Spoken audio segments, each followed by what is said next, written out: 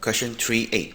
Chromium 3 hydroxide is slightly soluble in water, and the Ksp is given here, 1 times 10 power negative 33, and completes the expression for the Ksp of this chromium hydroxide, includes the unit.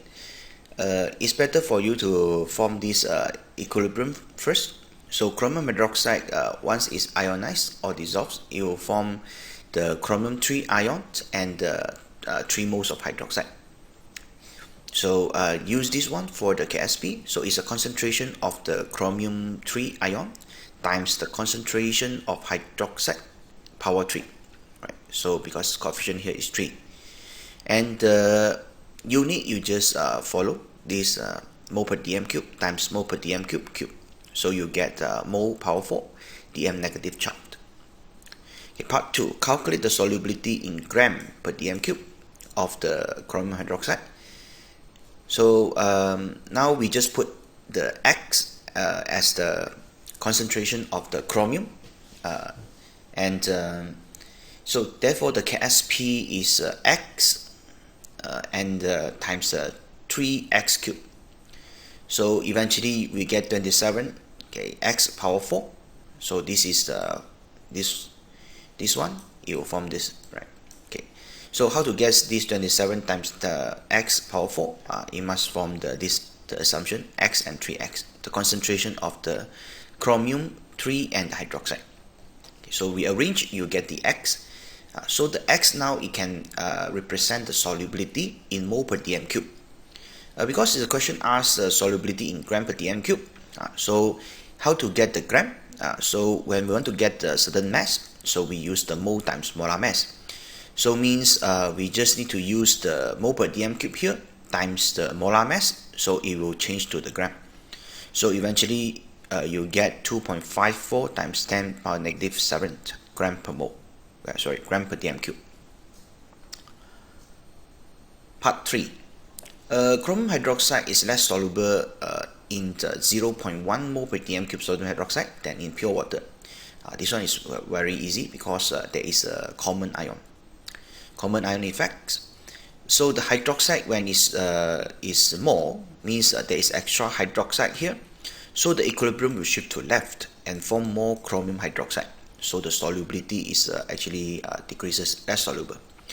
So because of common ion effect, which it will shift equilibrium to left and produce more precipitate. So that's the observation. You see more precipitate because of this common ion effect. Part B. The value of the acid dissociation constant Ka of the butanoic acid is 1.51 times 10 power negative 5. Part 1. Calculate the pH of 0.1 mole per dm cube of this butanoic acid. So because it's asking the pH, so first we need to get the concentration of hydrogen ion. Okay, how to get this? Because this is weak acid, so we must use this formula. So just square root of the Ka times the concentration of acid here, 0.1. You should get the concentration of hydrogen ion. So substitute the Ka to this formula, so you should get this value. So the concentration of hydrogen ion is 1.229 times 10 power 3. Then negative log this answer, you should get 2.91 pH. Okay, part 2. Calculates the pH of 0.1 mole per dm cube sodium hydroxide. Sodium hydroxide is a strong base. So means 0.1 mole per dm cube of this salt, it will form 0.1 mole of hydroxide. This is for sure. So because it's fully ionized. In order to get the pH, then we need to use this relation. Because Kw is equal to the concentration of the hydrogen ion times the concentration of hydroxide. So if we want to get pH, means we need to get the concentration of hydrogen ion first. So means we need to use the Kw over the concentration of hydroxide that given. So you get 1 times 10 power negative 13. So negative log this, you get 13. Okay, part 3. 5 cm cube of 0.1 mole per dm cube sodium hydroxide is added to 10 cm cube of 0.1 mole per dm cube butanoic acid. So you need to understand there is a reactions happen between this sodium hydroxide and the carboxylic acid, the butanoic acid. So after that, it will produce some amount. The salts that produced is 0.0005 mole. So how to get this? We need to do some subtraction. Initial mole of acid is 0.001 mole, right, from this concentration and the volume.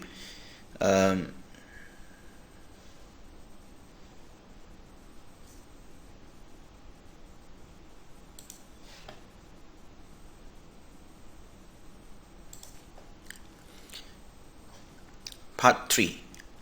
5 cm cube of 0.1 mole per dm cube sodium hydroxide is added to 10 cm cube of 0.1 mole per dm cube butanoic acid. So this is the reactions between the sodium hydroxide and the butanoic acid. And of course we need to get the mole. So from this volume and this concentration, we should get this mole, 0.001 mole. And the moles of hydroxide is lesser. So MV over 1000, you should get 0.0005 mole. Okay, so you need to use the initial mole of acid minus the moles of the sodium hydroxide. So eventually you get the acids that remains, 0.0005, and the salts that produce, it must be from the moles of sodium hydroxide. So it's 0.00050. So which is actually same as the acid now. Now the moles of the salt and acid produced, or the moles of the salt and acid in the buffer solution. So now it's the same mole. So same mole and they stay in the same volume. So they have the same concentration then. So from this reaction and this calculation, we know that the concentration of the acid and salt same. So we can use this equation, pH equal to pKa plus log concentration of the salt over concentration of the acid. Since we know the concentration of these two, they are equal because the mole same and the volume also same. So means they together is 1. Log 1 is 0. So means with this amount of the acid and the salt, the pH, it will be pKa, because log 1 is 0 means this whole thing is 0 gone. So pH equal to pKa. Because it's asking what is the pH, since we already know the Ka, so we just negative log Ka, we'll get this pH. It's 4.82.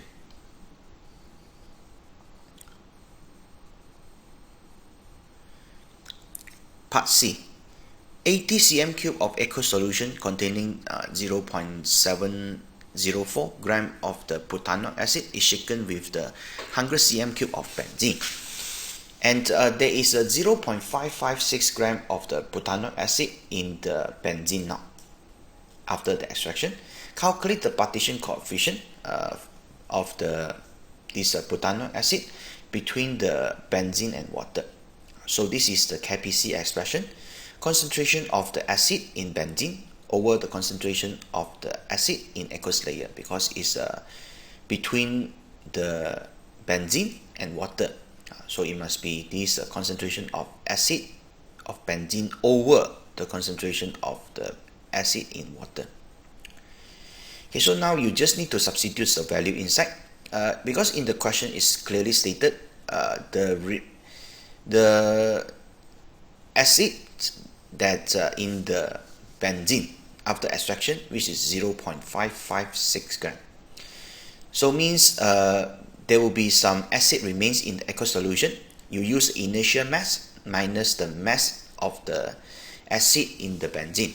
So which is 0.556, you get 0.148 gram. So this is the gram of acid that stay in aqueous layer.